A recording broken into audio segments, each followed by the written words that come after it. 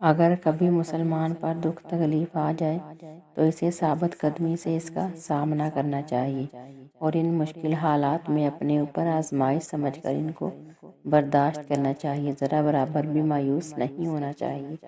ایسی حالت میں صرف خدا سے مدد مانگنی چاہیے اور اپنے ہاتھوں کو صرف اللہ کے سامنے، اسی ذات کے سامنے دعا کے لیے بلند کرنا چاہیے، کیونکہ وہی ذات ہے جس کے ہاتھ میں دنیا اور آخرت کی تمام طاقتیں ہیں۔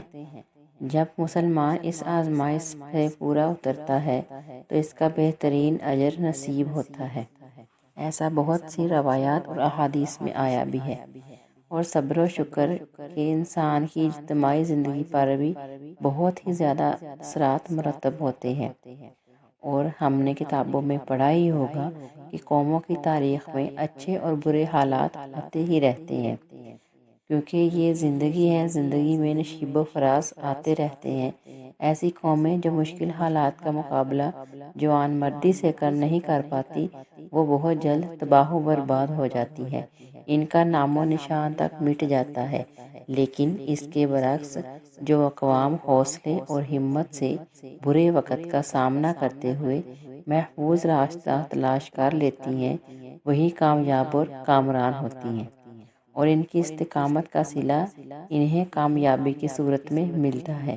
یہی وہ اقوام ہوتی ہیں جن کو عالمی برادری میں عزت اور آبرو کی نگاہ سے دیکھا جاتا ہے، اور اس لیے ہم مسلمانوں کا یہ عقیدہ بھی ہے کہ اللہ تعالیٰ کی تائید و نصرت انہی کو حاصل ہوتی ہے جو صبر کا دامن ہاتھ سے نہیں جانے دیتے، ہر حال میں اللہ کا شکر ادا کرتے ہیں اور صبر کرتے ہیں، جیسا کہ اللہ تعالیٰ کا ارشاد بھی ہے کہ بے شک اللہ تعالیٰ صبر کرنے والوں کے ساتھ ہے، کیونکہ اللہ تعالیٰ نے قرآن پاک میں بار بار فرمایا ہے کہ ان اللہ مع الصابرین، کہ اللہ صبر کرنے والوں کے ساتھ ہے۔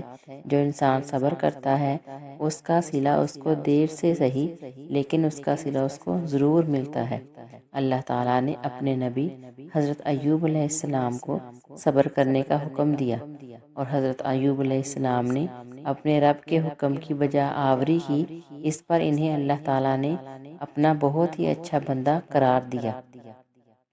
اسی طرح قرآن پاک میں ایک اور جگہ ذکر ہے کہ دنیا اور آخرت میں حقیقی کامیابی کے حقدار وہی افراد ہیں جو صبر اختیار کرتے ہیں۔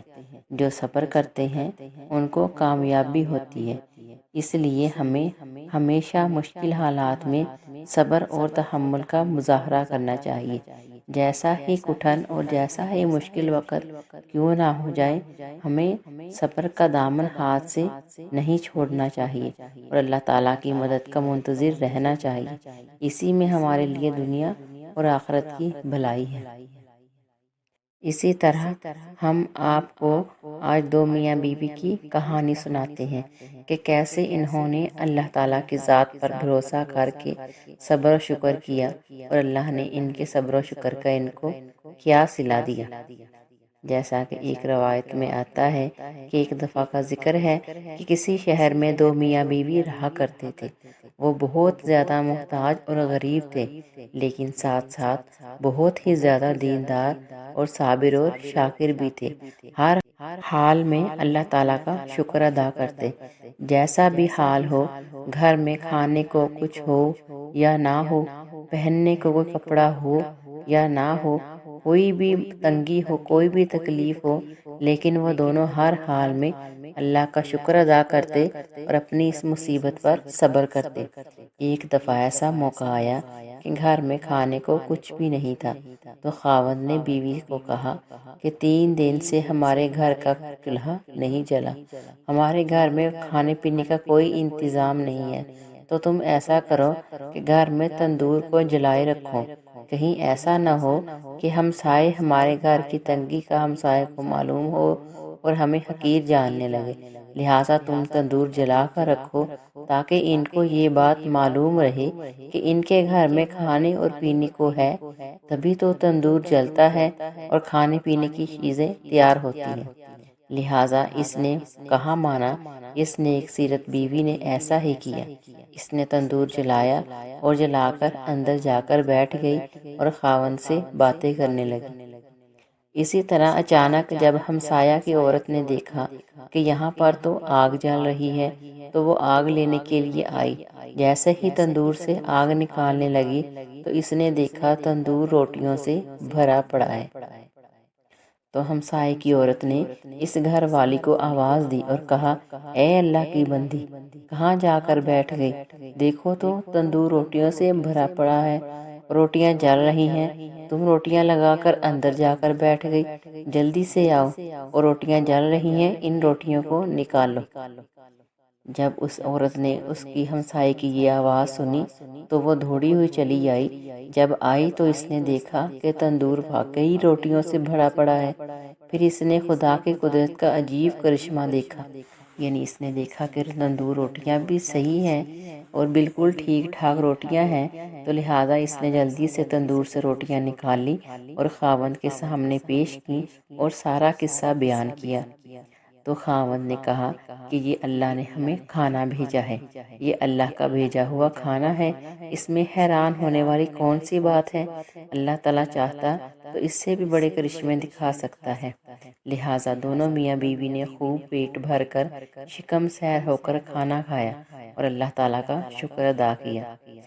پھر اس عورت نے سوچا کہ میرا شوہر اتنا زیادہ ایماندار ہے اور اللہ پر اتنا زیادہ اس کا بھروسہ ہے، تو اس عورت نے کہا کہ آپ اللہ سے دعا کریں کہ اللہ تعالیٰ ہمیں کوئی ایسی چیز عطا کر دے جس سے ہمیں روزانہ روزی روٹی کی فکر کرنی ہی نہ پڑے، بلکہ ہمیں خود بخود ہی روزی روٹی ملتی رہے اور ہم اللہ کی عبادت کرتے رہیں۔ یعنی جتنا وقت ہم اپنی روزی روٹی کو ڈھونڈنے میں، تلاش کرنے میں، کمانے میں ضائع کرتے ہیں، ہمارا وہ وقت بچ جائے۔ تو شوہر نے بیوی کی اس بات پر کہا کہ اللہ تعالیٰ کو سب کچھ معلوم ہوتا ہے، اللہ تعالیٰ ہمارے لیے وہی کرتا ہے جو ہمارے لیے بہتر ہوتا ہے، تو لہٰذا تم یہ بات رہنے دو، ایسا نہ کرو، میں ایسی دعا نہیں مانگوں گا۔ لیکن جب بیوی تھی، جب اس کا اصرار زیادہ بڑھا تو شوہر نے رات کے آخری حصے میں دعا کی کہ اے اللہ، تو ہمارے ہر حال سے واقف ہے، تو جانتا ہے کہ ہم کس حال میں ہیں، مجھے تم پر بھروسہ ہے، لیکن میری بیوی نے اصرار کیا ہے اور مجھے مجبور کیا ہے، اگر تو چاہے تو اس کی خواہش کو پورا کر دے۔ جیسے ہی اس نے یہ دعا کی تو اس کے اوطاق سے ایک ہاتھ نمودار ہوا۔ اس میں ایک موتی تھا جو بہت ہی زیادہ چمکدار تھا، کہ ایسا موتی کہ جس سے اس کا پورا گھر روشن ہو گیا۔ اس نے وہ موتی رکھا اور خود ہاتھ غائب ہو گیا۔ اب خاوند جلدی سے اپنی بیوی کو اس نے جگایا کہ کہا، اٹھ اے اللہ کی بندی، یہ دیکھ تیری دعا قبول ہو گئی۔ اس نے کہا کہ تم نے مجھے خواب سے کیوں اٹھایا؟ میں خواب دیکھ رہی تھی کہ جنت میں ایک مکان ہے، ایسا مکان جو جواہرات سے بہت ہی زیادہ عمدہ اور خوبصورت بنا ہوا ہے، اور اس کی خوبصورتی کے ساتھ ساتھ وہ اس قدر روشن اور مزین ہے کہ آفتاب یعنی سورج جو اتنا زیادہ روشن اور چمکدار ہے، وہ بھی اس کی روشنی کو دیکھ کر شرماتا ہے۔ میں اس کی خوبصورتی میں کھوئی ہوئی تھی۔ جیسے ہی مجھے ہوش آئی تو میں نے پوچھا کہ یہ اتنا پیارا گھر کس کو ملے گا؟ تو مجھے غیب سے یہ بات جواب میں آئی کہ یہ تم دونوں میاں بیوی کے لیے ہے۔ تو یہ سن کر میری خوشی کی کوئی انتہا نہ رہی۔ پھر کیا ہوا، دیکھتے ہی دیکھتے ایک روشن موتی اس مکان سے گم ہو گیا اور وہ مکان بدنما سا ہو گیا۔ میں نے پوچھا، یہ کیا ہو گیا؟ یہ کیسے گم ہو گیا؟ اتنا پیارا موتی ادھر ہی تھا، ابھی وہ کہاں چلا گیا؟ تو لہٰذا مجھے غیب سے پھر جواب میں یہ بات جواب آیا کہ وہ روشن موتی جس کی وجہ سے یہ پورا گھر روشن تھا، وہ تمہاری خواہشات کو پورا کرنے کے لیے یہاں سے دنیا میں چلا گیا۔ جس قدر تم دنیا میں آرام چاہو گی، اسی قدر یہاں پھر راستوں میں دشواری ہوتی چلی جائے گی۔ یہ سن کر میں بدحواس ہو گئی اور میں دنیا کی عارضی لذت اور خواہشات کے بارے میں سوچ ہی رہی تھی کہ اسی کشمکش میں تھی کہ تم نے مجھے جگا دیا اور میرا یہ خواب ٹوٹ گیا۔ اب آپ ایسا کرو کہ اب آپ اللہ سے دعا کرو کہ یہ روشن موتی جہاں سے گم ہو کر آیا ہے وہیں پر واپس چلا جائے، کیونکہ عارضی آرام کی خاطر ہمیشہ والے مکان کو ناقص بنا دینا یہ سخت حماقت اور بے وقوفی ہے۔ تو لہٰذا اس کے شوہر نے اس کی بات مانی اور دوبارہ اللہ تعالیٰ سے آہو گریازاری کی اور یہ دعا کی کہ اے اللہ تو بڑا ہی غفور الرحیم ہے، تو انہیں اس نیک بندی کو جنت کی نعمتوں کا مزہ چکھا کر دنیا سے بے رغبتی برتنے کا سبق سکھا دیا ہے۔ ہمارے لیے کس قدر اچھا مکان بنایا ہے۔ ابھی وہ یہ دعا کر ہی رہا تھا کہ اچانک ایک ہاتھ آیا اور روشن موتی کو لے کر پھر غائب ہو گیا، یعنی جو روشن موتی جنت سے آیا تھا وہ اپنے اصل مقام پر وہیں پر جا کر پہنچ گیا۔ اس واقعے سے یہ بات معلوم ہوتی ہے کہ انسان کو ہر حال میں اللہ کا شکر ادا کرنا چاہیے اور صبر کے ساتھ ساتھ وقت بھی گزارنا چاہیے، چاہے وقت کتنا ہی برا کیوں نہ ہو، کتنا ہی انسان تنگ دست ہو، کتنی ہی زیادہ مصیبتیں، پریشانیاں، بیماریاں ہوں، لیکن پھر بھی ہر حال میں ہر وقت اللہ کا شکر گزار بننا چاہیے، کیونکہ یہ دنیا ہے۔ دنیا میں انسان کو ہر چیز میسر نہیں ہوتی۔ دنیا مومن کے لیے قید خانہ اور کافر کے لیے جنت ہے۔ مومن کو تمام راحتیں اور آسائشیں اور تمام ضروریات اور آرام صرف جنت کے اندر ہی میسر ہوگا۔